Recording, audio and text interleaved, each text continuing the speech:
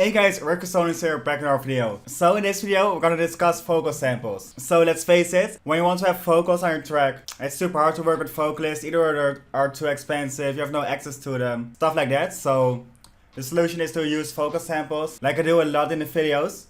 So in this video, we're gonna discuss how to make our vocal sample more interesting and how to make it stand out more. So let's dive into it. By the way, the example we'll be using in this video is my new track, Casually Cool. So if you think that's a dope track, make sure to stream it down below. So now let's dive into the video. So the first one is heavily change the BPM and pitch the vocal, instead of just dragging it in on top of your instrumental. So we started off with this vocal. I saw you from across the room. If looks could kill, I'd die for you. It's a really slow vocal at 90 BPM. So we completely switched it up.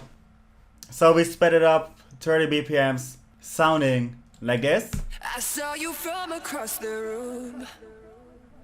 If looks could kill, I'd die for you. Oh, and you know Which already makes it way more dance kind of ish. So I would advise you to look at like lower BPM vocals and then just speed it up, or vice versa. So then the second thing we did is just pitch the vocal down, like 2 semitones to get more of that house kind of vibe. So that sounds like this. I saw you from across the room. If looks could kill, I'd die for you. So together in the track, it sounds like this. I saw you from across the room. If looks could kill, I'd die for you. Oh, and you know. Which already sound way more different than the vocal we started with. So now we're gonna continue with the second step. So the second one is Formant shifting. Formant shifting really changed the sound of the vocal. So let's listen to what we did.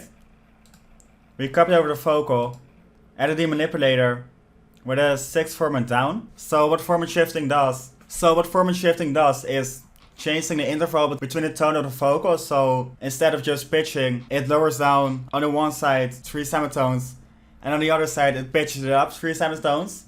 So the tone will be the same, although the sound of it will slightly variate. So we shifted down 6 formants, sounding like this. I saw you from across the room.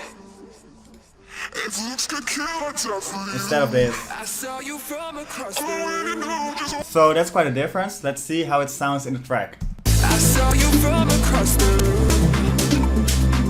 If looks could kill, I'd die for you. Oh, and you know just what you from across the room.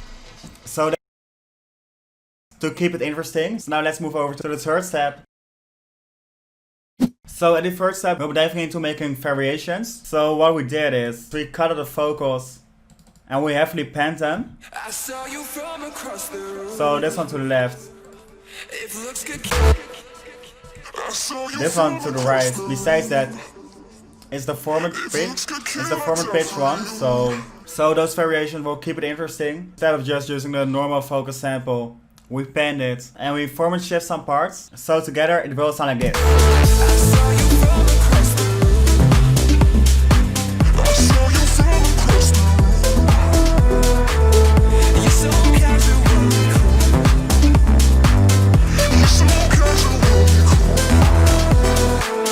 Although it's quite a repetitive bar, it still sounds interesting because of the panning and the formant shifting. So now let's move on to the final step, the fourth one. So the last one is about ad-libs. Although the vocal sample doesn't really contain ad-libs, as you can hear,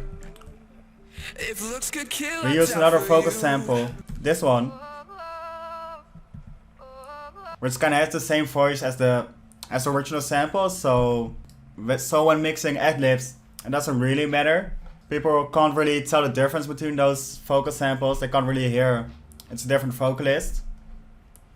Besides that, when we mix it, we really push to the back. So as you can hear, there's a lot of reverb and delay on it. So the difference is not really noticeable. So besides that, it's at a small volume. What we then did is just looped it. with the two vocals combined, it sounds like this. So casually cool.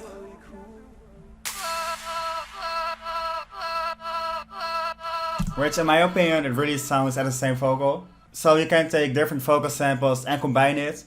You just have to really mix it quite well, with a lot of reverb and delay, so people can't really tell the difference. So now let's listen to the final track, with all the vocals sounding like this. You're so casually cool.